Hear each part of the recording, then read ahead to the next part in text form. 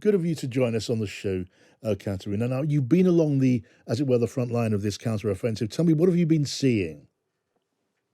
Yes, indeed. I spent the last week along the Kherson region, basically from Mykolaiv and Dnipropetrovsk region. And up until yesterday, there was very little visibility of the counteroffensive to take place because, in fact, the Ukrainian authorities announced the counteroffensive back in July, and it looked like it didn't happen. Yesterday, I visited one of the villages 10 kilometers from the front line. Basically, it is a front line village, 10 kilometers from the Russians. And I've seen quite a big activity happening. The Ukrainian armored vehicles driving. There was more intensive shelling, but this time from the Ukrainian side. So it did look that the offensive by the Ukrainian army started. And later on, when I came back to Mykolaiv, I started receiving information from different sources, and also publicly the Southern Command announced that the counteroffensive operation started. So I saw it actually. I've seen it and experienced it myself. Okay, so from what you've seen and the conversations that you've had with Ukrainian soldiers, how do they believe the war is going now? Again, it's very difficult because in the past week, they were very doubtful about the counteroffensive because a lot of them told me that they don't have enough ammunition, and the ammunition is finishing. I'm talking about, let's say, the shells for the howitzers and the weapon that is provided by the West. For the past week was not enough to start the counteroffensive operation. So the number of soldiers is enough. Ukrainian army soldiers are very well motivated and prepared to go into battle.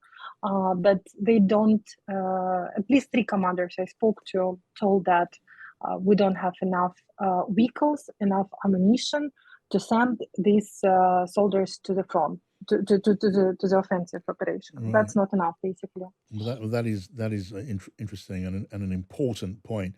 And this is such a significant battle, Kateryna, isn't it? Because we're talking here about, well, the Ukrainian aim is nothing less than preventing Russia from joining up Crimea with the Donbass and denying Russia control of that southern region, that access to the coast.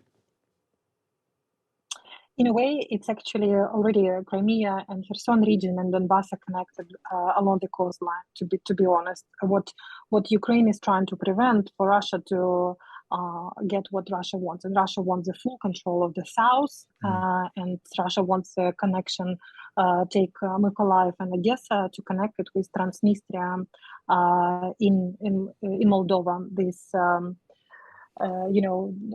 breakaway region in Moldova. So for Ukraine, it's a very important battle because we know that the winter is coming, and due to the marshes, due to the very muddy landscape in the south, Ukraine don't have much time to do this activity. So up until October, the operation should happen. But again, yesterday a lot of Ukrainian authorities they mentioned that kind of counteroffensive operation started, but please do not spread information because it can jeopardize the life of people, life of the soldiers. You also you can imagine that the offensive operation always involves much more personnel, much more casualties. That's like. So they basically share this information, but they don't want to comment on it.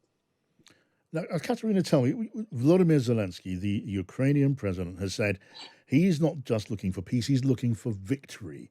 Now, the Ukrainians that you are speaking to, soldiers and others, what does victory mean for them? Oh, that's a good quote that you just cited, the one that Zelensky mentioned to his address to the nation on the 24th of August, the day of independence of Ukraine. The victory for the Ukrainians and Ukrainian army soldiers is coinciding with the official politics of the Ukrainian authorities, and this is their full liberation and return to the borders of 1991, which means control over Crimea and the full control of Donbass. So Mm. that's a victory. Well, And a complete as control, yeah, regaining control yeah, of your country throughout. yeah, It is a that high will ambition, isn't it?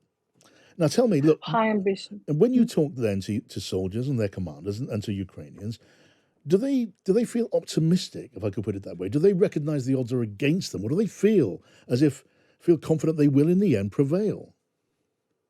Yeah, like last week when I was speaking to these commanders and soldiers, and they all told me a similar thing that I don't know how to start the counteroffensive operation without the weapon.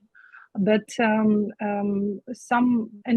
you probably know about the new tranches announced by the US.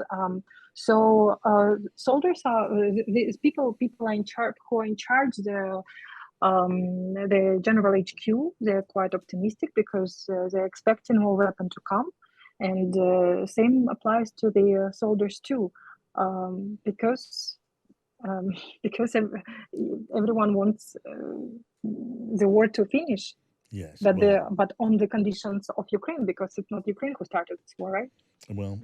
indeed. Katerina, thank you so I much. mean, at least I haven't seen any kind of resentment or resentment over the politics of Zelensky. I haven't seen any frustration about that Ukraine need to concede the territories. Yeah, For the Ukrainian nation, it's a clear answer. yeah, from all we've seen, certainly morale is extraordinarily high. Kateryna Malofieieva, thank you very much indeed for joining us. Katerina there, reporting live from near Kherson.